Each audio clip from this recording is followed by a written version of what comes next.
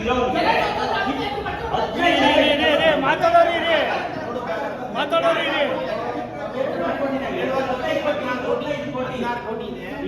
ಈಗ 6 ತಿಂಗಳಿಂದ ಬಡ್ಡಿ ಬೆಳೆದಿಲ್ವಾ?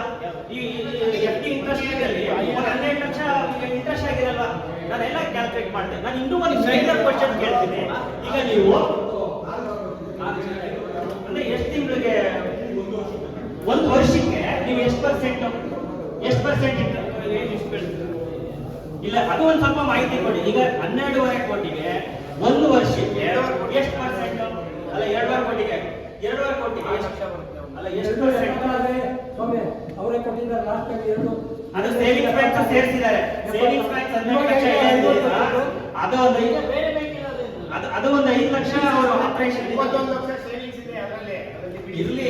ಅದನ್ನ ನೀವು ಆಪರೇಷನ್ ಸೈಡ್ ನೋಡಿ ಅಂದ್ರೂ 2.5 ಕೋಟಿ. ನಾನು ಹೇಳೋದು ನೀವು ಒಂದು ವರ್ಷ ಇಟ್ಟರೆ ನೀವು 6% 7% FD ರೇಟ್ ಹಾಕಿದ್ರು ನಿಮ್ಗೆ 12 ಲಕ್ಷ ಆಗುತ್ತೆ ಇಂಟ್ರೆಸ್ಟ್. ಈಗ 2.5 ಕೋಟಿಗೆ 10% ಆದ್ರೆ 25 ಲಕ್ಷ ಇಂಟ್ರೆಸ್ಟ್ ಆಗ್ತದೆ. 6% ಅವ್ರು ಕೊಡ್ತಾರೆ.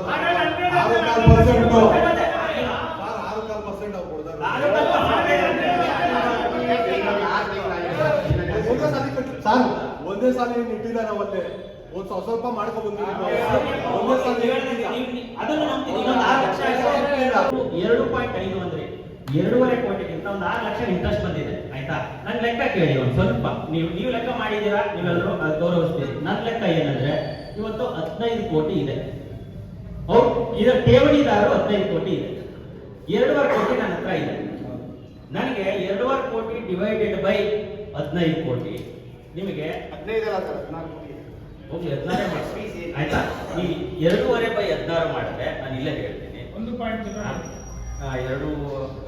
Divide by 16 15.6%. 15.6% ಅಂದ್ರೆ ನಾವು 1 ಲಕ್ಷ ಇಟ್ಟಿರೋರಿಗೆ 15,600 ರೂಪಾಯಿ ಕೊಡಬಹುದು. 10 ಲಕ್ಷ ಇಟ್ಟಿರೋರಿಗೆ 1.5 ಲಕ್ಷ ಕೊಡಬಹುದು. 20 ಲಕ್ಷ ಇಟ್ಟಿರೋರಿಗೆ 3 ಲಕ್ಷ ಕೊಡಬಹುದು. ಇದನ್ನ ಯಾಕೆ ಕೊಡ್ತಿಲ್ಲ ನೀವು? Sir FD ಸೇರಿಸ್ಕೊಳ್ಳಿ. ಅದು ಒಂದು ಸೇರಿಸ್ಕೊಂಡ್ರೆ 14% ಕೊಡ್ಬೋದು. ಲಕ್ಷ್ಮೀಕಾಂತ್ ಅವ್ರೆ, ನಿಮ್ಗೆ ಇದು ಒಂದೇ ಕೋರಿಕೆ. ನಿಜವಾಗ್ಲೂ ಏಜೆಡ್ ಪೀಪಲ್ ಸತ್ತೋಗ್ತಾರೆ, ನಿಮಗೆ ಶಾಪ ಹಾಕಿ ಸತ್ತೋಗ್ತಾರೆ. ಬೇಡ, ಇಷ್ಟು ಜನಕ್ಕೂ ಅದು ಕರ್ಮ ಬರುತ್ತೆ. ಬೇಡ, ಇದೊಂದನ್ನ ನೀವು ದಯವಿಟ್ಟು ಕನ್ಸಿಡರ್ ಮಾಡಿ. ಲಾಸ್ಟ್ ಟೈಮ್ ಕುಮಾರಸ್ವಾಮಿ ಅವರು ಬಂದ್ರು ಅದನ್ನೇ ಆಗ್ರಹಿಸಿದ್ರು. ಅದಕ್ಕೂ ನೀವು ಅದಕ್ಕೆ ಸರಿ ರೆಸ್ಪಾಂಡ್ ಮಾಡ್ತಿಲ್ಲ. ಆಮೇಲೆ ಡೇಟ್ ನ ಫಿಕ್ಸ್ ಮಾಡಿ ಆ ಡೇಟ್ ಬಂದು ಇವರು ಮತ್ತೆ ಹೋಗ್ತಾರೆ. ಇದೊಂದು ದಯವಿಟ್ಟು ನೀವು ಸಾಗಿಸ್ಬೇಕು. ಇದು ತುಂಬಾ ಇಂಪಾರ್ಟೆಂಟ್. ಯಾಕೆಂದ್ರೆ ಒಂದು ಸ್ವಲ್ಪ ಕೊಟ್ರೆ ಇವ್ರಿಗೊಂದು ಹೋಪ್ ಬರುತ್ತೆ, ಒಂದು ಟ್ರಸ್ಟ್ ಬರುತ್ತೆ, ನಿಮ್ಮಲ್ಲಿ ನಂಬಿಕೆ ಬರುತ್ತೆ. ಚಿನ್ನ ಅಂತ ಆದ್ರೆ ಅದಕ್ಕೆ ನಮಗೆ ಒಂಥರ ಶೂಟಿಂಗ್ ಇಂದ ಡಾರ್ಕ್ ಹಾಕ್ತೀವಿ. ಅದೆಲ್ಲೋ ಒಂದ್ ಕಡೆ ಇದೆ ಚಿನ್ನ, ಎಲ್ಲೋ ಕೋಲ್ಟು, ಎಲ್ಲೋ ಪುಣ ಈಗಲೂ 3 ತಿಂಗಳು ಅಲ್ಲಿ ಇಡಬೇಕು ಅಂತ ಹೇಳ್ತಾ ಇದ್ದೀರಾ. ಇವೆಲ್ಲ ಮಾಡಿ ಅದನ್ನ ನೀವು ಕಾನೂನು ಪ್ರಕಾರವಾಗಿ ಏನ್ ಬೇಕೋ ಮಾಡಿ. ಬಟ್ ಈಗ ನನಗೆ 15% ಇಂದ 16%. ಆಮೇಲೆ ಇನ್ನೂ ಒಂದು ಕ್ವಶನ್ ಕೇಳ್ತೀವಿ, ನೀವು BDCC ಬ್ಯಾಂಕ್ ಯಾಕೆ ಇಟ್ರಿ?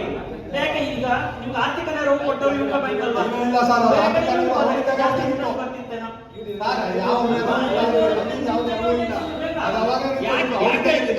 ನ್ಯಾಷನಲೈಸ್ಡ್ ಬ್ಯಾಂಕ್ ಅಲ್ಲಿ ಇವತ್ತು ಸೇಫ್ಟಿ ಇದೆ. ಇವತ್ತು ಒಂದು ಕೋಆಪರೇಟಿವ್ ಬ್ಯಾಂಕ್ ಇಂದ ಇನ್ನೊಂದು ಕೋಆಪರೇಟಿವ್ ಬ್ಯಾಂಕ್ ಅಲ್ಲಿ ಎರಡು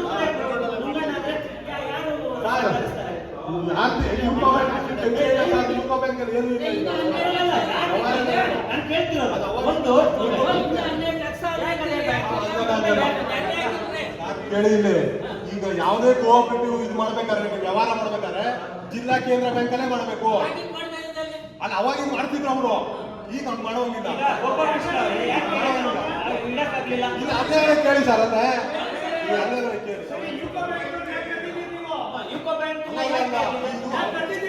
ಕೇಳಿದ್ರಿ ಅವಾಗಿಂದು ಇದು ಅವರು ಈಗ ಅಲ್ಲಿ ನಮ್ ಡೆಪಾಸಿಟ್ ಐತೆ, ಅವರು ಮೆಂಬರ್ ಆಗಿದ್ರು ನಮಗೆ. ಅವ್ರಿಗೊಬ್ರು ನಮ್ಮ ಮೆಂಬರ್ ಅವರು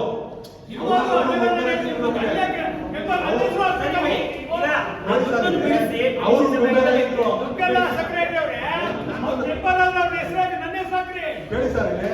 ಈಗ ಅವರು ಒಂದು ಮಾತು ತಿಳಿಸಿಲ್ಲ ನಮ್ಗೆ. ನಿಮ್ಗೆ ದುಡ್ಡು ಎತ್ಕೋತಾವ್ರೆ ಅಲ್ಲಿ ಏನೇ ಆಗಲಿ, ಅವರು ಒಬ್ರು ಮೆಂಬರ್ ಆಗಿ ಒಂದು ಮಾತು ತಿಳಿಸಿಲ್ಲ ನಮ್ಗೆ. ಹಿಂಗ ಆಯ್ತಾ ಅಂತ ಒಂದು ಮಾತು ಹೇಳಿಲ್ಲ. ಅವರು ಒಂದು ಮೀಟಿಂಗ್ ಶೇಕಡಾವಾರು ನೀಡಬೇಕೆಂದು ಕೋರಿಕೊಂಡಿರುತ್ತಾರೆ. ಸಭೆಯಲ್ಲಿ ಅಧ್ಯಕ್ಷರಾದ ಲಕ್ಷ್ಮೀಕಾಂತ್ ಅವರು ಈ ವಿಚಾರವಾಗಿ ಅಕ್ಟೋಬರ್ ತಿಂಗಳಿನ 29/10/25 ಬುಧವಾರ ಬೆಳಗ್ಗೆ 11 ಗಂಟೆಗೆ ಸಭೆ ಕರೆದು ಸಭೆಯಲ್ಲಿ ಈ ವಿಚಾರವಾಗಿ ಚರ್ಚಿಸಿ ಮೇಲಧಿಕಾರಿಗಳ ಗಮನಕ್ಕೆ ತಂದು ಅವರ ಸಲಹೆ ಪಡೆದು ನಂತರ ಸದಸ್ಯರೆಲ್ಲರಿಗೂ ಶೇಕಡಾವಾರು ನೀಡಲು ದಿನಾಂಕ 15/11 ಅಂದ್ರೆ ನವೆಂಬರ್ 15 ಒಳಗೆ ಗಡುವು ಪಡೆದು ನಂತರ ಎಲ್ಲಾ ಸದಸ್ಯರಿಗೂ ಠೇವಣಿದಾರರು ತಿಳಿಸಿ ಶೇಕಡಾವಾರು ನೀಡಲು ಕ್ರಮ ತೆಗೆದುಕೊಳ್ಳುತ್ತೇವೆಂದು ಆಡಳಿತ ಮಂಡಳಿಯು ಸಭೆಗೆ ನಾನು ತಿಳಿಯಪಡಿಸುತ್ತೇನೆ ಮತ್ತು ಈ ವಿಚಾರವಾಗಿ ತಮ್ಮಗಳ ಸಹಕಾರ ಬೇಕೆಂದು ಠೇವಣಿದಾರರಿಗೆ ಮನವಿ ಮಾಡಿಕೊಳ್ಳುತ್ತಿದ್ದೇನೆ ಅಂದ್ಬಿಟ್ಟು ನೀವು ಯಾವಾಗ ಅಕ್ಟೋಬರ್ 9ನೇ ತಾರೀಕು ಇದನ್ನ ಹೊರಡಿಸಿದ್ದೀರಾ. ಈಗ ನನಗೇನಂದ್ರೆ ಈಗ ನಾವು ಚಿನ್ನಕ್ಕೆ ನಾವು ಠೇವಣಿ ಶ್ಯೂರಿಟಿ ಕೊಡ್ತೀವಿ ಅಂತ ಅನ್ನೋಂಥದ್ದು ಇದು ಓವರ್ ರೈಡ್ ಮಾಡಿದೆ. ದಯವಿಟ್ಟು ಇದನ್ನ ಬೇಸಾಗಿಟ್ಕೊಂಡು ಇದನ್ನ ಮುಂದಕ್ಕೆ ತಮ್ಮ. ಈಗ ಆಲ್ರೆಡಿ ನಿಮ್ ಗಡುವು ನವೆಂಬರ್ 15 ಮುಗಿದೋಗಿದೆ. ಈಗ ಡಿಸೆಂಬರ್ಗೆ ಬಂದಿದ್ದೀವಿ. ಈ ಸಭೆ ನಡೆದಿದ್ದು 3 ತಿಂಗಳಾಗೋಯ್ತು, 3 ತಿಂಗಳ ಹಿಂದೆ. ಇನ್ನು ಈಗ ನೀವು ಪುನಃ ಇರೋ ದುಡ್ಡನ್ನ ಶ್ಯೂರಿಟಿ ಅಂತ ಅಂದ್ರೆ ಅದು ಎಷ್ಟು ತಿಂಗಳು ಆಗುತ್ತೋ ವರ್ಷ ಆಗುತ್ತೋ ದಯವಿಟ್ಟು ಆತರ ಪೆನಲೈಸ್ ಮಾಡಬೇಡಿ ಠೇವಣಿದಾರರಿಗೆ. ಯಾಕೆಂದ್ರೆ ಅದು ಠೇವಣಿ ಇಟ್ಟಿರುವಂತದ್ದು ಇವರೆಲ್ಲರ ದುಡ್ಡು. ಅವರೆಲ್ಲರ ದುಡ್ಡಿಗೆ ಅವ್ರು ಕ್ವಶನ್ ಮಾಡೋದಕ್ಕೆ ದುಡ್ಡು ಎಲ್ಲಿಟ್ಟಿದ್ದೀರಾ ಎಲ್ಲೋಯ್ತು ಅನ್ನೋದಕ್ಕೆ ಅರ್ಹತೆ ಇದೆ. ಅದು ನೀವು ಸಂಘದವರು ಅವ್ರು ವಾಪಸ್ ಕೊಡುವಂತದ್ದು. ಇದು ಏನು ಪ್ರಿನ್ಸಿಪಲ್ ಅಮೌಂಟ್ ಅವ್ರವ್ರಿಗೆ ನೆಕ್ಸ್ಟ್ ಅವರು ಹೋರಾಟ ಮಾಡ್ಬೋದು ಇಂಟ್ರೆಸ್ಟ್ಗಳು ಏನು ಅಂತ. ಅಟ್ಲೀಸ್ಟ್ ಪ್ರಿನ್ಸಿಪಲ್ ಅಮೌಂಟ್ ಆದ್ರೂ ದಯವಿಟ್ಟು ಎಲ್ಲರೂ ಇದನ್ನ ಗಮನಕ್ಕೆ ತಗೊಂಡು ದುಡ್ಡು ಅಂದ್ರೆ ಎಲ್ಲರೂ ಇದ್ದೀರಾ, ದಯವಿಟ್ಟು ಅರ್ಥ ಮಾಡ್ಕೊಳ್ಳಿ. ನೀವು ನಮ್ಮಲ್ಲಿ ಒಬ್ರು ಅಲ್ವಾ, ನಿಮ್ದು ದುಡ್ಡಿದೆ, ಅವ್ರದ್ದು ದುಡ್ಡಿದೆ. ಈಗ ನನಗೇನೋ 15 ಸೇವಿಂಗ್ಸ್ ಸೇರಿಸಿದ್ರೆ 5 ಲಕ್ಷ ಇಟ್ಕೊಳ್ಳಿ ನೀವು ಆಪರೇಷನ್ಸ್ಗೆ. 5 ಲಕ್ಷ ಬಿಟ್ರೆ 2,65,00,000 2,65,00,000 ತಗೊಂಡು ದಯವಿಟ್ಟು ಎಲ್ರಿಗೂ 16% ಕೊಡ್ಬೋದು. ಒಬ್ಬೊಬ್ಬರಿಗೆ 16% ಕೊಡ್ಬೋದು. 1 ಲಕ್ಷ ಇಟ್ಟಿರೋರು 16,000 ಕೊಡ್ಬೋದು. ಅವ್ರಿಗೆ ಏನೋ ಒಂದು ಸಮಯ ಆಗುತ್ತೆ. ದಯವಿಟ್ಟು ಇದನ್ನ ಕನ್ಸಿಡರ್ ಮಾಡಿ. ಈಗ ಬೇರೆ ಏನೇ ನಾವು ಹೇಳಿದ್ರೆ ಬಂದ್ಬಿಟ್ಟು ಯಾಕೆ ದುಡ್ಡು ಕೊಟ್ರಿ ಅಂತ ಕೇಳಲ್ಲ. ಯಾಕೆ ಹೇಳ್ತಾರೆ ಅವ್ರ ಅಪ್ಪಿಂದ ದುಡ್ಡು ನಾವು ಇಟ್ಟಿದ್ದೀವಿ ಮಾಡ್ಕೊಂಡು ತೀರ್ಮಾನ ತಗೊಂಡು ನೀವೇನ್ ತೀರ್ಮಾನ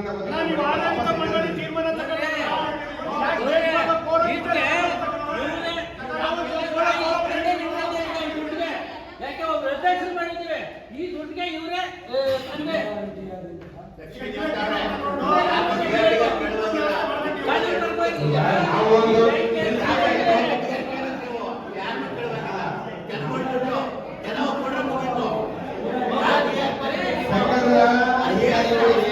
ತಿಳಿಸ್ಬೇಕಾಯ್ತು. ಲೆಟರ್ ಮುಖಾಂತರ ತಿಳಿಸಿದ್ರೆ ಅವರು ನಮಗೆ ಪ್ರತಿವೇತನ ಕೊಟ್ಟಿದ್ದಾರೆ.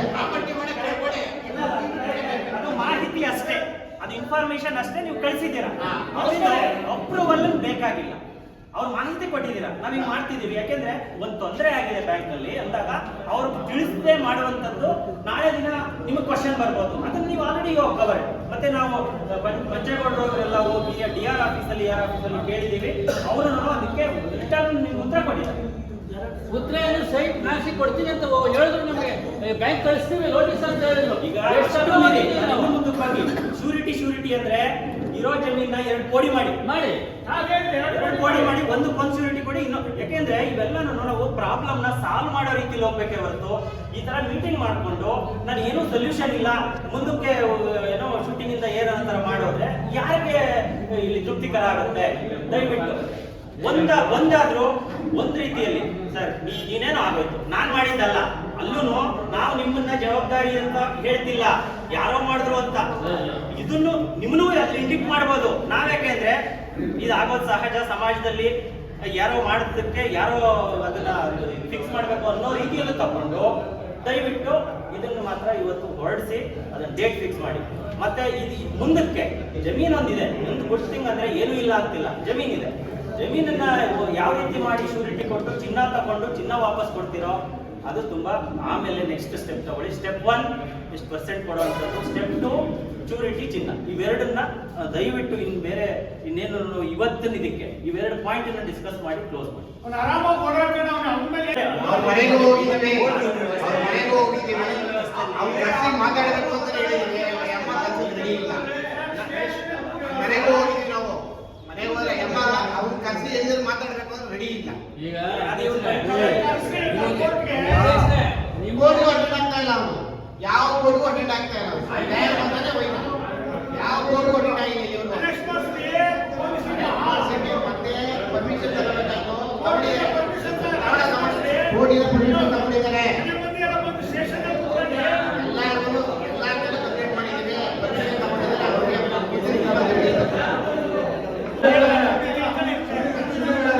ಒಂದು ವರ್ಷ ಆಯ್ತು ನಾವು ರಿಪೋರ್ಟ್ ಕೊಟ್ಟು ಏನು ಮಾಡ್ತಾ ಹೋದ್ರು ಅವ್ನು ದುಡ್ಡಿಂತ ಅವನಂದ್ರೆ ನಿರ್ದೇಶಕರು ಗಾಡಿ ಚಕ್ರ ಸರಿ ಹಾಕ್ತಾರೆ. ಯಾರು ಮಳೆ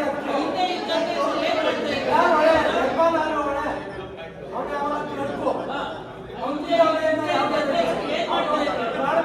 ಹೇಳ್ಕೊಂಡು ನನಗೆ ನಾನೇ ತಿಂದಿದ್ದೀನಿ ಸ್ವಾಮಿ ಅಂತ ಹೇಳ್ಕೊಂಡು ರಾಜಭಾರ ಮಾಡ್ತಾರೆ ಕಣ್ರಿ ಸ್ವಾಮಿ ಅವರು ಇವಾಗ ಎಲ್ಲರೂ ಸಾಮಾನ್ಯವಾಗಿರ್ತಾರೆ.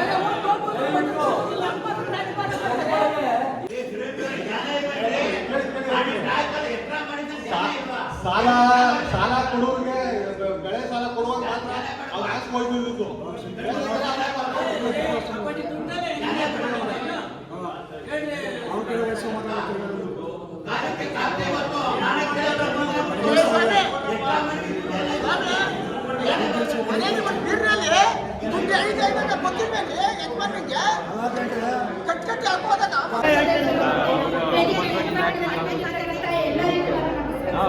ನನ್ನ ಹೆಸರು ಮಂಜುಳಾ ಅಂತ. ಅಧ್ಯಕ್ಷ ನನಗೆ ಸ್ವಲ್ಪ ಪ್ರಾಬ್ಲಮ್ ಇತ್ತು. ಒಡವೆ ತಗೊಂಡ್ಬಂದು ನಿಮ್ಮ ಬ್ಯಾಂಕಲ್ಲಿ ಇಟ್ಟೆ. ಸೊ ಎಷ್ಟು ವರ್ಷ ಆಯ್ತು ಅಂದ್ರೆ 2.5 ವರ್ಷ ಆಗಿದೆ. 2.5 ವರ್ಷದಿಂದ ಮೊದಲನೇ ಸಮಸ್ಯೆ ಏನಂದ್ರೆ ಆ ಒಡವೆ ಎಲ್ಲಿದೆ ಅನ್ನೋದೇ ಗೊತ್ತಾಗ್ತಾ ಇಲ್ಲ. ಬ್ಯಾಂಕ್ ಅಲ್ಲಿ ಇದೆಯೋ ಅಥವಾ ಸ್ಟೇಷನ್ ಅಲ್ಲಿ ಇದೆಯೋ ಅಥವಾ ಮತ್ತೊಂದು ಬ್ಯಾಂಕ್ ಅಲ್ಲಿ ಇದೆಯೋ ಇಟ್ಟಿರ್ತಕ್ಕಂಥ ವ್ಯಕ್ತಿ. ಸೊ ಅದು ಎಲ್ಲಿದೆ ಅನ್ನೋದೇ ನಮಗೆ ಪ್ರಥಮವಾಗಿ ಗೊತ್ತಿಲ್ಲ ಅಂದಾಗ ನಮ್ಮ ಒಡವೆಗೆ ಏನ್ ಗ್ಯಾರಂಟಿ ಹೇಳಿ ಸರ್? ಉಡುವೆ ಸ್ಟೇಷನ್ ಇರೋದಕ್ಕೆ ಯಾವುದೇ ಒಂದು ಅಂತ ಸೆಗ್ರಿಗೇಟ್ ಮಾಡಿಲ್ಲ. ಸರ್, ಈಗ ನಮಗೆ ನೀವು ರಸೀದಿಯನ್ನ ಕೊಟ್ಟಿದ್ದೀರಾ ನಮ್ಮ ಒಡವೆಗೆ. ಆಗ್ಲೇನೆ ನೀವು ಅದನ್ನ ಕೊಟ್ಟ ಮೇಲೆ ಅದು ಎಲ್ಲಿದೆ ಅನ್ನೋದೇ ಗೊತ್ತಿಲ್ವಲ್ಲ ಸರ್. ಕಳೆದ 2.5 ವರ್ಷ ಆಯ್ತು ನಮ್ಮ ಒಡವೆಗೆ ಅಲ್ವಾ? ಸೊ ಅದು ಎಲ್ಲಿದೆ ಅಂತ ಗೊತ್ತಿದೆ ಅಂದ್ಮೇಲೆ ಆ ಒಡವೆ ಬರುತ್ತೆ. ಆ ಒಡವೆ ಏನ್ ಗ್ಯಾರಂಟಿ? ನೀವು ಹೆಂಗ್ ಪರಿಹಾರ ಕೊಡ್ತೀರಾ ನನಗೆ ಹೇಳಿ ಸರ್. ಸ್ಟೇಷನ್ ಇಂದ ರಿಕವರಿ ಮಾಡಿದ್ಮೇಲೆ ಅದು ಸೆಗ್ರಿಗೇಟ್ ಮಾಡಬೇಕು. ಯಾವಾಗ ಸರ್? 2.5 ವರ್ಷ ಆಯ್ತಲ್ಲ ಸರ್. ಕಾನೂನು ಚೌಕಟ್ಟಿನ ಹೋರಾಟ ಮಾಡ್ತಾ ಇದ್ದೀವಿ. ಕಾನೂನು ಏನೇನಿದೆ ನಾವು ಅವಾಗಿಂದ ಸರ್, ಇನ್ನೇನಿಗೆ ಹೋರಾಟ ಮಾಡ್ತೀರಾ ಸರ್? ಇನ್ನೇನಿಗೆ ಹೋರಾಟ ಮಾಡ್ತೀರಾ ಹೇಳಿ? ಈಗ ಏಕಾಏಕಿ ಒಪ್ಪಿಕೊಳ್ಳಲ್ಲ. ನಾವು ಸುಮ್ಮನೆ ಇದ್ರೆ ಇನ್ನೊಂದು ಒಡವೆ ರಿಲೀಸ್ ಆಗ್ತಾ ಇರಲಿಲ್ಲ. ಅದಕ್ಕೆ ನ್ಯಾಯಮೂರ್ತಿ ಹುಡುಗಿ ಅದನ್ನು ರಿಲೀಸ್ ಮಾಡೋದಕ್ಕೆ ಒಂದು ಅವಕಾಶ ಕೊಟ್ಟಿದ್ದಾರೆ. ಅವಕಾಶ ಈಗ 5ನೇ ತಾರೀಕು ರಜೆ ಆಗಿದೆ. 5ನೇ ತಾರೀಕು ಆದ್ಮೇಲೆ ಅದಕ್ಕೆ ರಿಲೀಸ್ ಮಾಡಬೇಕು ವ್ಯವಸ್ಥೆ ಕೊಟ್ಟು ರಿಲೀಸ್ ಮಾಡ್ಕೊಂಡು ಬರಬೇಕು. ಹಾಗಾದ್ರೆ ನೀವು ದಿನಾಂಕಗಳನ್ನು ಕೊಟ್ಕೊಂಡು ಹೋಗ್ತಾ ಇರ್ತೀರಿ. ನಮಗೆ ಮುಂದುವರಿಸಿಕೊಂಡು ಹಿಂಗೆ ಈ ದಿನಾಂಕ ಮತ್ತು ತಿಂಗಳು ಮತ್ತೊಂದು ವರ್ಷಾನುಗಟ್ಟಲೆ ಆಗೋಯ್ತಲ್ಲ ಸರ್. ಈಗ 2.5 ವರ್ಷ ಆಯಿತು. ಮನಪರವಾಗಿ ಆ ಕೆಜಿ ನೋಡಿಕೊಂಡಿದ್ದೇನೆ. ಯಾಕೆ ಸರ್ ನೀವು ಏನು ಅದಕ್ಕೆ ಏನು ಪರಿಹಾರ ಕಂಡುಕೊಳ್ತಾ ಅದು ಇದ್ದೀರಿ? ರಿಲೀಸ್ ಆಗ್ತಾ ಇಲ್ವಲ್ಲ ಮೇಡಮ್. ಅದು ಮತ್ತೆ 3 ಸಲ ಯಾಕೆ ಸರ್? ಹೈಕೋರ್ಟ್ ಆಗ್ತಾ ಇಲ್ಲ. ಅದು ಹೈಕೋರ್ಟ್ ಸ್ಟೇ ವೇಕೆಂಟ್ ಆಗ್ತಾ ಇಲ್ಲ. ಸ್ಟೇ ತೆಗಿತಾರೆ. ನಮಗೂ ಈಗಿನ ರೇಟಲ್ಲಿ ಒಡವೆ ಬೆಲೆ ಏನಿದೆ ಅನ್ನೋ ನಿಮಗೂ ಗೊತ್ತು, ನಮಗೂ ಗೊತ್ತು. ಸೊ ಅದಕ್ಕೆ ಪರಿಹಾರನ ನೀವು ಆದಷ್ಟು ಬೇಗ ನಮಗೆ ಕೊಡಬೇಕು. ಸರ್, ನಮ್ಮದು 70 ಗ್ರಾಮ್ ಇದೆ ಸರ್. ನಮ್ಮ ಮಕ್ಕಳು ವಯಸ್ಸಿಗೆ ಬಂದವ್ರೆ. ಅವ್ರಿಗೂ ಒಂದು ನಾವು ಫುಟ್ಪಾತಲ್ಲಿ ವ್ಯಾಪಾರ ಮಾಡೋದು. ನಾವು ಯಾವ ಜೀವನ ಮಾಡೋದು, ಮಕ್ಳಿಗೊಂದು ಆಧಾರ ಅಂತ ಇಟ್ಕೊಂಡಿದ್ವಿ ಅದನ್ನ. ಮೇಡಮ್ ಅದಕ್ಕೆ ಪ್ರಯತ್ನ ಮಾಡ್ತಾ ಇದ್ದೀವಿ. ಆದ ತಕ್ಷಣ ಎಲ್ಲರಿಗೂ ಜಾಮೀನು ಏನು ಮಾಡಬೇಕು ಕೊಡಬೇಕು ಪ್ಲೀಸ್ ಮಾಡಿ. ನಮ್ಮ ಕಡೆ ಯಾವ್ದು ಆಸ್ತಿಗಳು ಯಾವ್ದು ಇರೋದೊಂದು ಒಡವೆ ಮಾಡೋ ಮಕ್ಕಳ ಮೇಲೆ ನೋಡ್ರೆ ದಯವಿಟ್ಟು ಹೇಳ್ತೀನಿ ಕೇಳಿ. ನಾನು ಇದಕ್ಕೆ ನನಗೆ ಅಧ್ಯಕ್ಷ ಸ್ಥಾನ ಬೇಡ ಅಂತ ಅವತ್ತು ಹೇಳಿದೆ. ನನಗೆ ಕೆಲವರು ಇಲ್ಲಿ ನೀವು ಮಾಡಿ ಒಂದು ಒಳ್ಳೆ ರೀತಿ ತಗೊಂಡು ಇದಕ್ಕಿದ್ದೀನಿ. ದಯವಿಟ್ಟು ನೀವೇನಾದ್ರು ಮಾಡ್ತೀರಿ ಅಂದರೆ ಇವತ್ತೇ ಸಾಧ್ಯ ರಚನೆ ಮಾಡ್ಕೊಡ್ತೀನಿ, ಮಾಡ್ಬೋದು. ಇಲ್ಲಿವರೆಗೂ ಮಾಡಿರೋದಕ್ಕೆ ನಾನು 1 ರೂಪಾಯಿ ಯಾವುದೇ ನನ್ನ 2.5 ವರ್ಷ ಅಧ್ಯಕ್ಷ ಸ್ಥಾನದಲ್ಲಿ 1 ರೂಪಾಯಿ ವ್ಯತ್ಯಾಸ ಆಗಿಬಿಟ್ಟಿಲ್ಲ. ನಾನು ಇದೇ ದುಡ್ಡನ್ನ ತಗೊಂಡು FD ಮಾಡಿಸಿ SB ಮಾಡಿಸಿ 3 ಕೋಟಿ ಗಂಟು ದುಡ್ಡನ್ನ ಸಂಗ್ರಹಣೆ ಮಾಡಿದ್ದೀನಿ. ಈಗ ಒಡವೆ ಕೊಡ್ಸೋಕ್ಕೂ ಒಂದು ಪ್ರಯತ್ನ ಮಾಡಿ ಹೈಕೋರ್ಟ್ ಹೈಕೋರ್ಟ್ ಇದು ಮಾಡಿ ಕರ್ಕ ಬಂದು ಕರ್ನಾಟಕದಲ್ಲೇ ಇದು ಮಾಡಿ ಒಡವೆ ಇದು ಮಾಡ್ಕೊ ಅವಕಾಶ ಮಾಡ್ಕೊಡಿ. ತಿರುಗಿರೋ 6 ಕೆಜಿಗೂ 3 ಸಲ ಹೈಕೋರ್ಟ್ ಅಲ್ಲಿ ಹಾಕೊಂಡು 3 ಸಲನೂ ವೆಕೆಟ್ ಆಗಿಲ್ಲ. ಮತ್ತೆ ಏನೇನೆಲ್ಲ ದಾಖಲಾತಿ ಬೇಕು ಆ ದಾಖಲಾತಿ ಕೊಟ್ಟು ಮತ್ತೆ ಹಾಕಿದ್ದೀವಿ. ಈ ಕೋರ್ಟು ಇದಾದ್ಮೇಲೆ 5ನೇ ತಾರೀಕು ರಜಾ ಮುಗಿದ್ಮೇಲೆ ಅದಕ್ಕೂ ಪ್ರಯತ್ನ ಮಾಡ್ತಾ ಇದ್ದೀವಿ. ಹಂಗೆಲ್ಲ ಪ್ರಯತ್ನ ಮಾಡಲೇ ಇಲ್ಲ, ಸುಮ್ಮನೆ ಇದ್ದೀವಿ ಅನ್ನೋಗಿದೆ. ಈ ಸ್ಥಾನಕ್ಕೆ ನಾನು ತೆರವು ಕೊಡ್ತೀನಿ. ಬಂದು ಯಾರಾದ್ರೂ ಬೇಕಾದ್ರೆ ಮಾಡೋದ್ರಿಂದ ಮಾಡೋದು ತೊಂದರೆ ಇಲ್ಲ.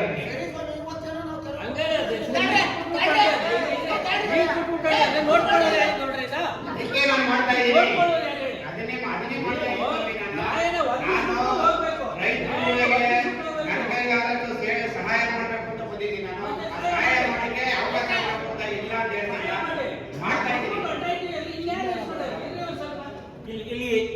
ಎಷ್ಟು ಜನ ನೀವು ರೆಡಿ ಇದ್ದೀರಪ್ಪ?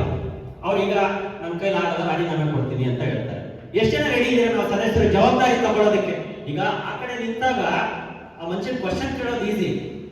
ಇಷ್ಟು ಜನ ಸದಸ್ಯರಿದ್ದೀರಾ, ಎಷ್ಟು ಜನ ಕೈ ಎತ್ತಿ ಒಂದು ಹೊಸ ಸೊಸೈಟಿ ಏನು 12 ಜನದ ಇನ್ನೊಂದು ಕನ್ಸ್ಟ್ರಕ್ಟ್ ಮಾಡೋಣ ಬೋರ್ಡ್. ಅವರು ಏನ್ ಮಾಡ್ಬೇಕು? ಈಗ ನಾವೇನು ಅವರು ಮಾಡಿ ಅಂತ ಹೇಳ್ತಿದೀವೋ ಅವ್ರು ಮಾಡೋಣ. ಕೈ ಎತ್ತಿ ಅಲ್ವಾ?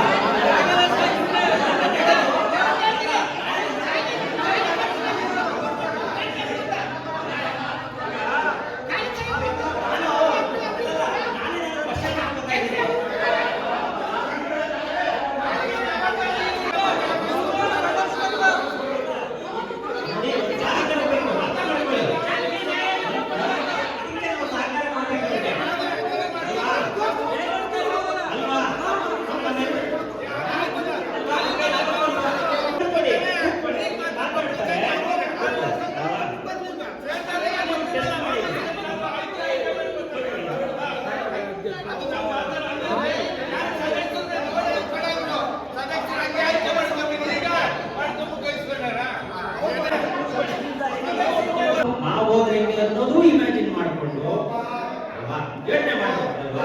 ಅದನ್ನೇ ಕೇಳೋಣ. ಶಾಂತಿ ನಾನೊಂದು ಕಂಪ್ನಿ ನಡೆಸೋದು, ಒಂದು ಸಂಸ್ಥೆ ನಡೆಸೋದು, ಯಾವಾಗ ನಮ್ಮ ಓನರ್ಶಿಪ್ ಏನಾಗುತ್ತೆ, ಅಯ್ಯೋ ಯಾರೋ ಕೋರ್ಸ್ಬಿಟ್ರು ನನಗೇನು ಬೇಕಾಗಿರ್ಲಿಲ್ಲ ಇದು ಅಂತ ಅರ್ಧ ಮನಸ್ಸಿನ ಮಾಡಿಸ್ತಿರ್ತೇನೆ. ಪೂರ್ಣ ಮನಸ್ಸು ಯಾರು ಇದೆಯಾ ಅಂತ ನಾನೇ ಒಂದು ಕ್ವಶನ್ ಕೇಳಿದೆ. ಪೂರ್ಣ ಮನಸ್ಸಿದ್ದು ಆಯ್ತಪ್ಪ, ಈಗ ಅವರು ಆಫರ್ ಮಾಡ್ತಿದ್ದಾರೆ ಅಂದ್ರೆ ನನ್ನ ಕೈಲಿ ಆಗ್ತಿಲ್ಲ ಅಂತ ಅಂದ್ರೆ ಇನ್ನೊಬ್ರು ತಗೋಬೇಕು ಅಲ್ವಾ? ಇಲ್ಲಾಂದ್ರೆ ಅವ್ರು ಯಾವಾಗ ಮಾಡ್ತಾರೋ ಅಲ್ಲಿವರೆಗೂ ಕಾಯ್ಕೊಂಡು ಕೂತಿರ್ಬೇಕು. ನಮ್ಮ ಪರವಾಗಿ ಬರ್ಬೇಕು, ಯಾವಾಗಲೂ ಮಾತಾಡ್ಬೇಕು ಅಂತ ಯೋಚನೆ ಮಾಡ್ಬಿಡಿ. ಇದು ಪಬ್ಲಿಕ್ ಒಂದು ವ್ಯವಸ್ಥೆ, ಒಂದು ಸಮಸ್ಯೆ. ಅದಕ್ಕೆ ಏನು ಮಾತಾಡುವಂಥದ್ದು ಅಲ್ವಾ?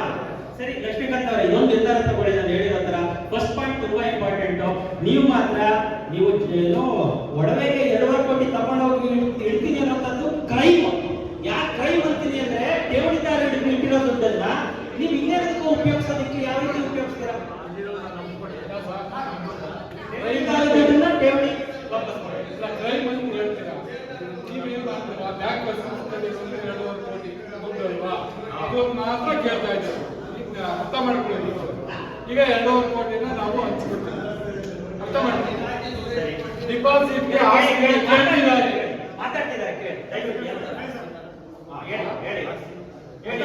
ಮಾತಾಡಿ. ಆಸ್ತಿನ ಈಗ ಕೊಡ್ಬೇಕು ಅಂತ ಹೇಳ್ತೀರಾ ಅಲ್ವಾ? ನೀವು ಹೇಳೋದು ಆಸ್ತಿನ ಕೊಡ್ತೀವಿ ಡಿಪಾಸಿಟ್. ತಿರ್ಗಾ ನೀವು ರಿಕವರಿ ಮಾಡಿ ದುಡ್ಡು ಕೊಡೋದು ಹೆಂಗೆ? ಬಂದಲ್ಲ ಒಡವೆ ಕೊಡಿ, ಒಡವೆ ಬಿಡಿಸ್ಕೊತಾರೆ. ಒಡವೆನೆಲ್ಲ ಕೊಡಿ. ಹೇಳಿ ಒಬ್ಬರೇ ಮಾತಾಡಿ, ಕೇಳ್ಕೊಳ್ಳಿ. ಒಂದು ಒಡವೆಗೆ ಕೊಟ್ಬಿಡ್ತೀವಿ. ಈಗ 1.5 ಕೋಟಿನ 2 ಕೋಟಿನ ಈ ದುಡ್ಡು ಬರುತ್ತೆ. ಅರ್ಥ ಆಯ್ತಾ? ಆಮೇಲೆ ಇನ್ನ 7 kg ಒಡವೆಗೆ ಏನ್ ಡಿಪಾಸಿಟ್? ಇವಾಗ ಹೇಳಿಲ್ವಾ ಸರ್? ನನ್ನ ಸಜೆಷನ್ ಆ ಆಸ್ತಿನ 2 ಭಾಗ ಮಾಡಿ 2 ಕೋಟಿ ಮಾಡಿ ಅಂತ ಹೇಳಿದ್ರಲ್ಲ, ಹಂಗೂ ಮಾಡಬಹುದು. ಮಾಡ್ಬೇಡಿ ಅಂತ ಹೇಳ್ತಾ ಇದೀವಲ್ಲ ನಾವು. ಈಗ ಮಾಡಿದ್ರೆ ಏನ್ ಸಿಗುತ್ತೆ ಸರ್? ನೋಡಿ ಒಂದು ನಿಮಿಷ. ಆ ಫೈಲು ಇಲ್ಲ ಡಿಸಿ ಆಫೀಸ್ ಅಲ್ಲಿ ಇತ್ತಲ್ಲ ಸರ್, ವಾಪಸ್ ಬಂದಿದೆ. ಏನಂತ ಕಾಮೆಂಟ್ ಕೊಟ್ಟಿದ್ದಾರೆ? ಏನಂತ ಕಾಮೆಂಟ್ ಕೊಟ್ಟಿದ್ದಾರೆ?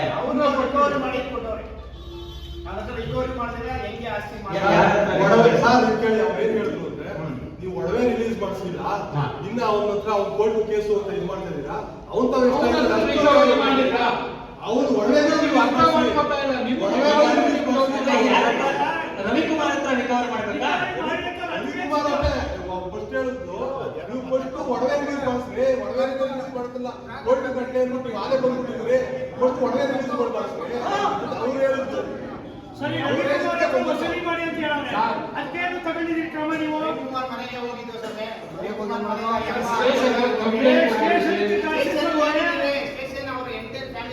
ಸುಮ್ಮನೆ ಮಾತಾಡಲಾಗಲ್ಲ ಸರ್. ಡಾಕ್ಯುಮೆಂಟ್ ಕೊಡ್ತಾರೆ.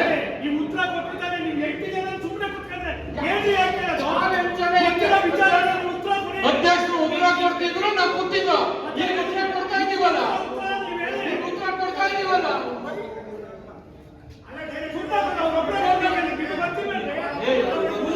ಏನಾಗಲ್ಲ ರೀ, ನಾನು ಹೇಳೋದು ಕೇಳ್ರಿ. ಸಾಲ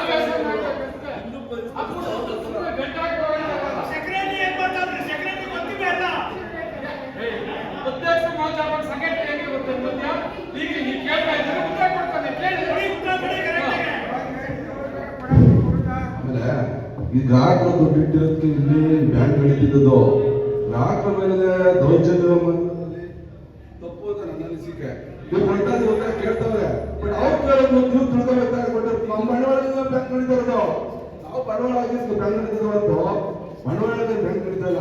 ಅವ್ರು ಹೇಳಿದ್ರು ಒಂದು ಸ್ವಲ್ಪ ಕೇಳ್ಕೊಳ್ಳಿ, ಅದು ನೀವು ತಗೊಳ್ಳಿ ಅಂತ ನೀವು ಹೇಳಿ.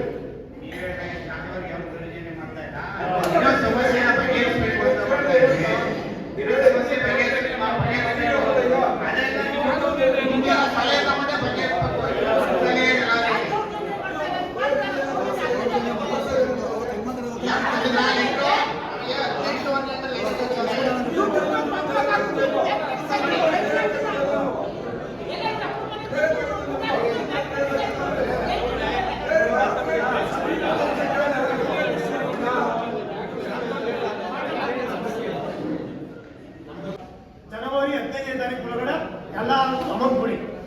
ತಿರುಗಿ ಮತ್ತೆ ಯಾವಾಗ ಕೊಡ್ಬೇಕು ಅದು ಹೇಳ್ಬೇಕು. ಯಾವ ಅವ್ರು ರಿಟರ್ನ್ 15ನೇ ತಾರೀಕು ಒಳಗಡೆ ಯಾವ ಡೇಟ್ ಹೇಳ್ತಾರೆ ಈಗ ಅವರು ಆ ಬಂದು ಕಲೆಕ್ಟ್ ಮಾಡ್ಕೊಳ್ಳಿ.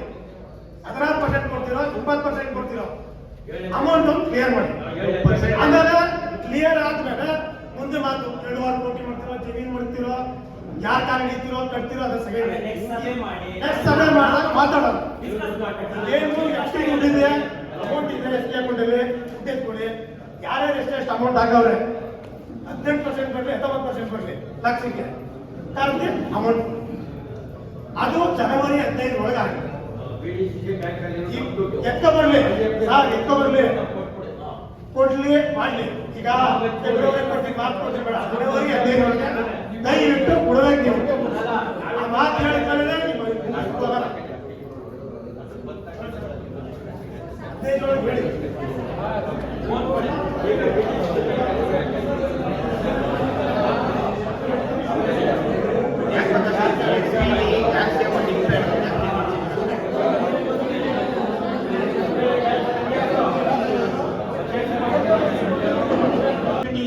ಅವರು ಮುಂದೆ ಬಂದ್ರೆ ಶ್ಯೂರಿಟಿ ಅವ್ರ ಎಲ್ಲ ನಮ್ಮ ಕೆಲಸಗಳು ಆಗ್ತವೆ. ಬಟ್ ಈಗ ಇರೋದನ್ನ ದಯವಿಟ್ಟು ಕೊಡೋದಕ್ಕೆ ಒಂದು ಪ್ಲಾನ್ ಮಾಡಿ. ತಾಲೂಕಲ್ಲಿ ಅಷ್ಟು ಏನೋ ಒಂದು ಇಷ್ಟು ಸಾರಿ ಕೆಲಸ ಕಳಿಸಿದ್ರೆ ಅಷ್ಟು ಸಪೋರ್ಟ್ ಮಾಡಿ ಇಷ್ಟೆಲ್ಲ ಆಲ್ರೆಡಿ ಸಾಲ್ವ್ ಮಾಡಬೇಕಾಗಿತ್ತು. ಯಾಕೆ ಮುಂದೆ ಬರ್ಲಿಲ್ವೋ ಗೊತ್ತಿಲ್ಲ ಅಲ್ವಾ?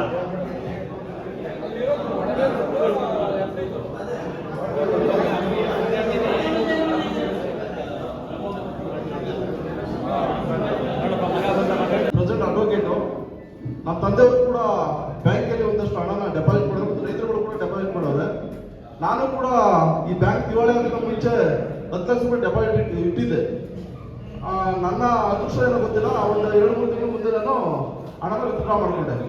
ನಾನು ನಿಮ್ಮಲ್ಲಿ ಮನವಿ ಮಾಡ್ಕೊಳ್ಳೋದೇನು ಅಂದರೆ, ತಾವೆಲ್ಲರೂ ಕೂಡ ಒಂದು ರೈತ ಸೇವಾ ಸಹಕಾರ ಸಂಘದಲ್ಲಿ ಜನಗಳನ್ನೆಲ್ಲ ಸೇರ್ಪಡೆಗಳೆಲ್ಲ ಆಯ್ಕೆ ಮಾಡವ್ರೆ, ಜನಗಳ ಸೇವೆ ಮಾಡಬೇಕು ಅಂತ ಬಂದಿದ್ದೀರಾ ಅಲ್ವಾ?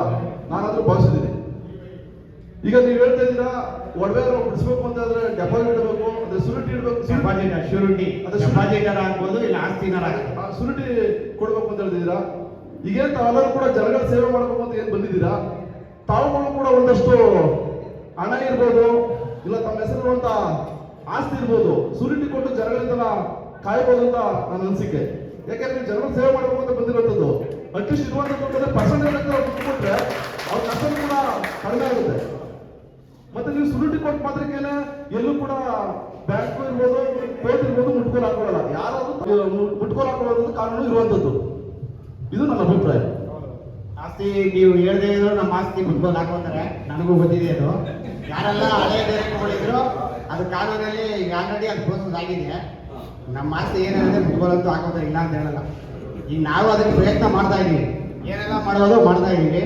ಏನೆಲ್ಲ ಗ್ರಾಹಕರಿಗೆ ವಾಪಸ್ ಕೊಡೋಕೆ ಎಷ್ಟೆಲ್ಲ ಪ್ರಯತ್ನ ಮಾಡೋದು ಅಷ್ಟೆಲ್ಲ ಪ್ರಯತ್ನ ಮಾಡಿ ಇಲ್ಲಿವರೆಗೂ ತಂದಿದ್ದೀವಿ. ಹೇಳ್ದಂಗೆ ನಾವು ಇವರೆಲ್ಲ ಹೇಳ್ದಂಗೆ ನಾವು ಸೂಟಿ ಕೊಟ್ಟು ಮತ್ತೆ ನೆಕ್ಸ್ಟ್ ಕೊಡೋಣ ಅನ್ಕೊಂಡಿದ್ದು. ಈಗಿರೋ 2.5 ಕೋಟಿಗೆ ಏನು ಮಾಡ್ತೀವಿ, ಪರ್ಸೆಂಟೇಜ್ ಬೇಕಾದ್ರೆ ಹಚ್ಚಿಗೆ ನಾವು ಬೋರ್ಡಲ್ಲಿ ಒಂದು ತೀರ್ಮಾನ ತಗೊಂಡು ಮೀಟಿಂಗ್ ಮಾಡಿ ಜನವರಿ ಆದ್ಮೇಲೆ ಕೊಡ್ತೀವಿ. ಮತ್ತೆ ಅದನ್ನ ಶ್ಯೂರಿಟಿ ಕೊಡ್ಬೇಕು. ಈಗ ಆಸ್ತಿ ಮಾರಕ್ಕೆ ಹೋಗಲ್ಲ, ಆಸ್ತಿ ಮಾರಿ ಜನರು ಕೊಡೋಕ್ಕಾಗಲ್ಲ. ಯಾಕಂದ್ರೆ ಶ್ಯೂರಿಟಿ ಕೊಟ್ಮೇಲೆ ನೀವು ಹೇಳ್ದಂಗೆ ನೀವು ನಾವೇನು ಹೆಚ್ಚಿಗೆ ಹೇಳ್ಬೇಕಾಗಿಲ್ಲ, ಕೋರ್ಟಲ್ಲಿ ಅದನ್ನ ಶ್ಯೂರಿಟಿ ಇರ್ತದೆ. ಮತ್ತೆ ಸಮಸ್ಯೆ ಆದ ಸಮಯದಲ್ಲಿ ಆಸ್ತಿಗಳನ್ನ ಮುಟ್ಕೊಳ್ಳೋದು. ಸಮಸ್ಯೆ ಆದಾಗ ಈ ಸಮಸ್ಯೆ ಆಗಲ್ಲ, ಇವೆಲ್ಲ ಇದ್ದೀರಿ, ಆಕ್ಟಿವ್ ಆಗಿದ್ದೀರಿ ಮೆಂಬರ್ಗಳು ಅಂದಾಗ ಮತ್ತೆ ಈ ಸಮಸ್ಯೆ ಉದ್ಭವ ಆಗೋದ್ರಿಂದ ನಾನು ಭಾವಿಸಿದ್ದೀನಿ. ಹಳೆ ಇದ್ದಂತ ಸರ್ಕಾರಿ ಇನ್ಸ್ಪೆಕ್ಟರ್ ಅದನ್ನ ಕ್ಲೋಸ್ ಮಾಡ್ಬಿಟ್ಟಿದ್ರು. ಮತ್ತೆ ಅದನ್ನ ಕೋರ್ಟ್ಗೆ ಹಾಕಿ ಅವ್ರು ಮತ್ತೆ ಅರೆಸ್ಟ್ ಮಾಡಿ ಅವನಿಂದ ಮಾಹಿತಿ ಕೊಟ್ಟಕ್ಕೆ ಮತ್ತೆ ಅವ್ರು ಕೋರ್ಟಿನ ಪರ್ಮಿಷನ್ ತಗೊಂಡಿದ್ದಾರೆ. ಇವನ್ನ ಅರೆಸ್ಟ್ ಮಾಡ್ತಾರೆ. ಅದ್ರ ಫ್ಯಾಮಿಲಿ ನಾವು ಎಲ್ಲಾನು ಮಾಡಿ ಕಸ್ಟಡಿ ತಗೊಂಡು ಏನ್ ಮಾಡೋಣ ಅಂತ ಹೇಳಿದ್ವಿ. ಅವ್ನು ಯಾವುದೋ ಆಸ್ತಿನೂ ಮಾಡಿಲ್ಲ. ನಾವೆಲ್ಲ ಅದನ್ನ ಡಿಟೆಕ್ಟಿವ್ ಮಾಡಿ ಮುಗಿಸ್ಬೇಕು ಅಂತ ಹೇಳಿದ್ರು. ಅವ್ನು ಯಾವುದೋ ಅವನು ಸ್ವಂತದವ್ರಿಗೆ ಒಂದು ಆಸ್ತಿನೂ ಮಾಡಿಲ್ಲ. ಇಲ್ಲ ದುಡ್ಡಲ್ಲಿ ಅವನಿದ್ರೆ ಗೊತ್ತಾಗ್ತಾ ಇಲ್ಲ. ಅವ್ರ ಮನೆಗೆ ಹೋದ್ರೆ ರೆಸ್ಪಾನ್ಸ್ ಮಾಡ್ತಾ ಇಲ್ಲ. ಅವನ್ನ ಹುಷಾರಿಲ್ಲ ಎಲ್ಲೋ ಇದ್ದಾನೆ. ನಾವು ಕೇಳಿದ್ರೆ ಒಂದೇ ಮಾತು, ನೀವ್ ಹೇಳಿದಿರಿ ನಾವು ಕೇಳ್ತಾ ಇದೀವಿ, ನಮ್ ಲಾಯರ್ ಹತ್ರ ಹೇಳ್ತೀರಿ, ನಮ್ ಲಾಯರ್ ಏನಂತ ಬಂದು ನಿಮ್ಗೆ ಹೇಳಿ ಅಷ್ಟೇ ಹೇಳೋದು ಅಮ್ಮ, ಬೇರೆ ಏನು ಮಾತಾಡಲ್ಲ ಅವರು. ಸರ್ ಈಗ ಒಂದು ನಿಮಿಷ ಸರ್, ಈಗ ಒಂದು ಬ್ಯಾಂಕ್ ನಡೆಯುವಂಥದ್ದು, ಬ್ಯಾಂಕಿನಲ್ಲಿ ಚೆಕ್ ಸೈನ್ ಹಾಕೋದಿರ್ಬೋದು, ಮಂತ್ಲಿ ಮೀಟಿಂಗ್ ಇರ್ಬೋದು, ಎಲ್ಲ ಸದಸ್ಯರ ಸಮ್ಮುಖ ನಡೆಯುವಂಥದ್ದು. ಯಾರೋ ಒಂದು ಚೆಕ್ ಪಾಸ್ ಆಗ್ಬೇಕಾದ್ರೂ ಕೂಡ ಅಧ್ಯಕ್ಷ ಸಹಿ ಇರಲೇಬೇಕು ಅಲ್ವಾ? ಈಗ ಜನಗಳಲ್ಲಿ ಏನ್ ಮಾಡ್ತಾರೆ, ಯಾರು ನೋಡಲ್ಲ, ಬ್ಯಾಂಕ್ ಹೆಸರು ನೋಡ್ತಾರೆ, ಬರ್ತಾರೆ, ಡೆಪಾಸಿಟ್ ಮಾಡಿದ್ದಾರೆ. ಆದ್ರೆ ಇವತ್ತು ಅನಾನುಕೂಲ ಆಗ್ತಿರೋದು, ತೊಂದರೆ ಆಗ್ತಿರೋದು. ಎಷ್ಟೋ ಜನ ಬಂದಿದ್ದಾರೆ ಪಾಪ, ಅವ್ರ ಆಲ್ಕಾರದ ದುಡ್ಡು, ರೇಸ್ ಮಾಡಿರೋ ದುಡ್ಡು ಇಟ್ಟಿದ್ದಾರೆ. ಈಗ 4-5 ವರ್ಷದಿಂದ ಅವ್ರಿಗೆ ₹1 ಇಂಟ್ರೆಸ್ಟ್ ಇಲ್ಲ. ಈಗ ಅವ್ರಿಗೆ ಹೆಲ್ತ್ ಅಪ್ಸೆಟ್ ಆಗಿರೋದು ಸಾಯ್ಬೇಕು. ನೀವು ದುಡ್ಡು ಕೊಟ್ಟಿಲ್ಲ, ಈ ಕಡೆ ಅವ್ರು ಹೆಲ್ತ್ ಉಳಿಸ್ಕೊಳಂಗಿಲ್ಲ, ಸಾಯ್ಬೇಕು. ಆ ಪರಿಸ್ಥಿತಿ ಇದೆ. ನಾನು ನಿಮ್ಗೆ ಹೇಳಿದ್ರೆ ಗೊತ್ತಾ, ನೀವೇನಾದ್ರು ಜನಗಳನ್ನಷ್ಟು ಸಹಾಯ ಮಾಡಬೇಕು, ಅವ್ರ ಕಾಯ್ಬೇಕು ಅನ್ನೋದಾದ್ರೆ ಹಿಂದೆ ಏನಿದ್ರು ಡೈರೆಕ್ಟ್ಗಳು ಅವ್ರ ಮೇಲೆ ಕೇಸ್ ಫೈಲ್ ಮಾಡಿ. ಈಗ ನೋಡ್ರಿ, ಮನೇಲಿ ಯಜಮಾನ ಕರೆಕ್ಟ್ ಆಗಿದ್ದಾಗ ಮನೇಲಿ ಮಕ್ಕಳೆಲ್ಲ ಕರೆಕ್ಟ್ ಆಗಿರ್ತಾರೆ. ಯಜಮಾನ ಕರೆಕ್ಟ್ ಇಲ್ಲ ಅಂದಾಗ ಏನ್ ಮಾಡ್ತಾರ? ನೀವು ಸಂಬಳ ಕೊಟ್ಟರೆ ಕೆಲಸ ಮಾಡ್ತಾ ಇದ್ದಾರೆ. ಕೇಸು ಆಗಿದೆ, ನಡೀತಾ ಇದೆ ಸರ್. ಕೇಸ್ ಆಗ್ತದೆ, ಕೇಸ್ ಮುಗಿದ ನಾನು ಅಡ್ವೊಕೇಟ್ ಇದ್ದೀನಿ ಸರ್. ಕೇಸ್ ಮುಗಿದ ಎಷ್ಟೊತ್ತಿಗೆ ಸರ್, ಅಷ್ಟೊಳಗೆ ಎಲ್ಲ ನಿಂತಲ್ಲಿ 90% ಸತ್ತ ಹೋಗ್ತಾರೆ. ಯೋಚನೆ ಮಾಡಿ, ಕಾಯಿಲೆ ಮನಸ್ಸಾಯಲ್ಲ, ಇನ್ನೊಂದೇನೋ ಮನಸ್ಸಾಯಲ್ಲ, ನನ್ನ ದುಡ್ಡು ಹೋಯ್ತಾರ ಎತ್ತರೆಲ್ಲ ಸತ್ತ ಹೋಗ್ತಾರೆ ಎಲ್ಲರೂ. ದಯಮಾಡಿ ನಿಮ್ಮಲ್ಲಿ ಮನವಿ ಮಾಡ್ಕೊಡ್ತೀನಿ, ನಿಮ್ಮಲ್ಲಿ ಮನವಿ ಮಾಡ್ಕೊಡ್ತೀನಿ, ಏನಿರುವಂತ ಅಮೌಂಟು ಅದನ್ನ ಎಲ್ಲರಿಗೂ ಪರ್ಸೆಂಟೇಜ್ ಕೊಡಿ. ಏನು ಆಸ್ತಿ ಏನಿರಲ್ಲ, ಅಟ್ಲೀಸ್ಟ್ ಇವರೆಲ್ಲ ಉಳಿದಿದ್ರೆ ಇವರೆಲ್ಲರೂ ನೆಕ್ಸ್ಟ್ ಬಂದು ನಿಮ್ಮ ಬ್ಯಾಂಕ್ ಹಣ ಡೆಪಾಸಿಟ್ ಮಾಡಿದ್ರೆ ಬ್ಯಾಂಕ್ ದೊಡ್ಡ ಮಟ್ಟಿಗೆ ಬೆಳೆದಿದೆ. ಜೀವ ಇದ್ರೆ ಅಂತವು 60-100 ಆಸ್ತಿಗಳನ್ನ ಸಂಪಾದನೆ ಮಾಡ್ಬೋದು. ಇಂಥ ಜೀವಗಳಿಲ್ಲ ಮೇಲೆ ಆಸ್ತಿಗಳನ್ನ ಸಂಪಾದನೆ ಮಾಡೋಕ್ಕಾಗೋದಿಲ್ಲ. ದಯಮಾಡಿ ಏನೋ ನಿಮ್ಮ ಸೊಸೈಟಿ ಏನೋ ಆಸ್ತಿ ಇದೆ ಅಂತ ಹೇಳ್ತೀರಾ, ಆಸ್ತಿನ ಮಾರಾಟ ಮಾಡಿ ಜನಗಳಿಗೆ ದುಡ್ಡು ಹಂಚಿ, ನಿಮ್ಮ ಮೇಲೆ ನಂಬಿಕೆ ಬರ್ತದೆ. ಆ ಸಮಸ್ಯೆನ ಬಗ್ಗೆ ನಿಮಗೂ ಗೌರವ ಆಗ್ತದೆ. ನಾವೆಲ್ಲರೂ ಕೂಡ ಒಟ್ಟಿಗೆ ಸೇರಿ ನಿಮ್ಮೆಲ್ಲರೂ ಕೂಡ ನಾವು ಮುನ್ಸಿಪಲ್ ಮೈದಾನದಲ್ಲಿ ನಮ್ಮ ವೈದ್ಯ ದುಡ್ಡು ಹಾಕಿ ಸನ್ಮಾನ ಮಾಡುವಂತ ಕಾರ್ಯಕ್ರಮ ನಾವೆಲ್ಲರೂ ಕೂಡ ಮಾಡ್ತೀವಿ. ದಯಮಾಡಿ ಕೆಲಸ ಮಾಡಿ. ಏನು ನಿಮ್ ಕೈ ಕೆಟ್ಟಿದ್ದು, ಅವ್ರು ಏನಾದ್ರು ನಿಮ್ಮ ಹೆಸರು ಬರೆದು ಬಿಟ್ಟು ಏನಾದ್ರು ಅದರ ಅನಾಹುತ ಆದ್ರೆ ಯೋಚನೆ ಮಾಡಿ. ಅಷ್ಟು ಅಲ್ಲಿ ಇಲ್ಲೇನಿಷ್ಟು ಜನ ಆಗಿರಲ್ಲ, ನಾನೇ ವಾಲಂಟಿಯರ್ ಕೇಳ್ತೇನೆ. ಅವ್ರಿಗಿರ್ಬೋದು, ಅವ್ರ ಎತ್ತಿರ್ಬೋದು, ಏನೇ ಪ್ರಾಬ್ಲಮ್ ಆಗಿ ಆಕಸ್ಮಿಕವಾಗಿರ್ಬೋದು, ಆರೋಗ್ಯ ಕೆಟ್ಟಿರ್ಬೋದು, ಏನಾದ್ರು ಮರಣ ಹೊಂದರೆ ಅದಕ್ಕೆ ವ್ಯವಸಾಯ ಸಹಕಾರ ಸಂಘನ ಹೊಣೆ ಅಂತ ಹೇಳಿ ಎಲ್ಲರ ಕಡೆಯಲ್ಲೂ ಕೂಡ ಮುಂದಿನ ದಿನಗಳಲ್ಲಿ ಅರ್ಜಿ ಹಾಕಿಸ್ತೀನಿ. ಮತ್ತೆ ಒಟ್ಟಿಗೆ ಸೇರ್ಕೊಂಡು ನಿಮ್ಮ ಸಂಘದ ಮುಂದೆ ಅನಿರ್ದಿಷ್ಟವಾಗಿ ಮುಸ್ಕರ ಮಾಡ್ತೇವೆ. ಮತ್ತೆ ನಿಮ್ ಕೈ ಸಮಸ್ಯೆನ ಬಗೆಹರಿಸಕ್ಕಾಗಲ್ಲ, ದಯಮಾಡಿ ನಿಮ್ಗೆ ಹೇಳ್ತಾ ಇದ್ದೀನಿ, ಜನಗಳ ಸಮಸ್ಯೆ ಬಗೆಹರಿಸಕ್ಕಾಗಿಲ್ವಲ್ಲ. ನಾನೊಬ್ಬ ಗ್ರಾಮ ಪಂಚಾಯತ್ ಮೆಂಬರ್ ಇದ್ದೀನಿ, ನನ್ನ ಕೈ ಬಗೆಹರಿಸಕ್ಕಾಗಿಲ್ಲ, ಜನಗಳ ಸಮಸ್ಯೆ ತಿಳ್ಕೊಳ್ಳೋ ಮೇಲೆ ಆ ಸ್ಥಾನ ನಾವು ಕುತ್ಕೋಬಾರ್ದು. ಆ ಸ್ಥಾನಕ್ಕೆ ಗೌರವ, ಆ ಸ್ಥಾನಕ್ಕೆ ಶಕ್ತಿ ತುಂಬಾದ ಕೆಲಸ ಮಾಡೋಣ, ಆ ಸ್ಥಾನ ಇರ್ಬೋದು. ನೀವೇನಾದ್ರು ಇವ್ ಸಮಸ್ಯೆ ನಾನು ತಿಳಿಸಕ್ಕಾಗಲ್ಲ, ನನ್ನ ಕೈ ಆಗಲ್ಲಪ್ಪ, ನಾವು ಅಸಹಾಯಕರು ಇದ್ದಾರೆ, ದಯಮಾಡಿ ತಾವೆಲ್ಲರೂ ಕೂಡ ರಾಜೀನಾಮೆ ಮಾಡಿ ಹೊರಗಡೆ ಬಂದ್ರೆ ಅಧಿಕಾರಿ ಬಂದು ಅಧಿಕಾರ ವಹಿಸ್ಬೇಕಾರೆ ಆನಂತರ ಏನು ಹೋರಾಟ ಮಾಡಬೇಕು ನಾವೆಲ್ಲ ಹೋರಾಟ ಮಾಡ್ತೀವಿ. ದಯಮಾಡಿ ಅನ್ಯತ ವಹಿಸ್ಬೇಡಿ. ತೀರ್ಮಾನ ಆಗಲ್ಲ. ಅಧಿಕಾರಿ ನೀವು ಹೇಳಿದ್ರೆ ಒಂದು ಕೇಸ್ ಹಾಕಿದ್ರೆ ಎಷ್ಟು ವರ್ಷ ನಡೆಯುವುದು ಅಂತ. ಇದೇ ಅಧಿಕಾರಿ ಬಂದು ತಿಳ್ಕೊಂಡ್ರೆ ಅವ್ರ ಅಧಿಕಾರದಲ್ಲಿ ಮೇಲಧಿಕಾರಿಗಳು ಏನ್ ಬರೀಬೇಕು ಲೆಟರ್ ಮುಖಾಂತರ ಬರ್ದಿರ್ತಾರೆ. ಆಕ್ಷನ್ ತಗೊಳ್ಳೋಕೆ ಅಧಿಕಾರ ಇರಲ್ಲ. ಬೋರ್ಡ್ಗೆ ಇರುವಷ್ಟು ಅಧಿಕಾರ ನೀವು ಹೇಳಿದಂಗೆ ಅವ್ರ ಅಧಿಕಾರಿಗಳು ಆಕ್ಷನ್ ತಗೊಳ್ಳೋದು. ಸರ್ ಅವ್ರು ತಗೊಳ್ತಾರೋ ಬಿಡ್ತಾರೋ, ಅಧಿಕಾರಿಗಳು ಅದು ತಗೊಳ್ತಾರೋ ಬಿಡ್ತಾರೋ ಇನ್ನೊಂದು ಮಾಡ್ತಾರೋ. ನಿಮ್ಗೆ ಜನಗಳ ಸಮಸ್ಯೆ ತಿಳಿಸಕ್ಕಾಗಲ್ಲ ಅಂದ್ಮೇಲೆ, ನಿಮ್ಮ ಚೇರ್ಗೆ ಅಂಟ್ಕೊಂಡಿಲ್ಲ ಅಂತ ಹೇಳಿದ್ರೆ, ಜನಗಳ ಸಮಸ್ಯೆನ ಬಗೆಹರಿಸ್ತೀನಿ ಅಂತ ಹೇಳಿದ್ರೆ ರಾಜೀನಾಮೆ ನಾಳೆನೇ ಕೊಡಿ. ಅಧಿಕಾರಿ ಬಂದು ಕೂತ್ಕೊಳ್ಳಿ, ನೆಕ್ಸ್ಟ್ ನಾವೇನು ಮಾಡ್ಬೇಕು ನಾವು ಮಾಡಕ್ಕೆ ನಾವು ರೆಡಿ ಇದ್ದೀವಿ. ಸಮಸ್ಯೆ ದಯಮಾಡಿ ಸಪೋರ್ಟ್ ಮಾಡಿ ನಮ್ಗಷ್ಟೇ. ಜಯರಾಮ್ ಅವರ ಸಮಸ್ಯೆ ಬಗೆಹರಿದು ಆಗಲ್ಲ ಅಂತ ಹೇಳ್ತಿಲ್ಲ. ಸ್ವಲ್ಪ ಹಂತದಲ್ಲಿ ಬಗೆಹರಿಸಬೇಕು, ಏಕಾಏಕಿ ಬಗೆಹರಿಸಕ್ಕೆ ಆಗ್ತಾ ಸರ್, ಈಗ 4 ವರ್ಷದಿಂದ ಅವ್ರ ಹಣಕ್ಕೆ ₹1 ಇಂಟ್ರೆಸ್ಟ್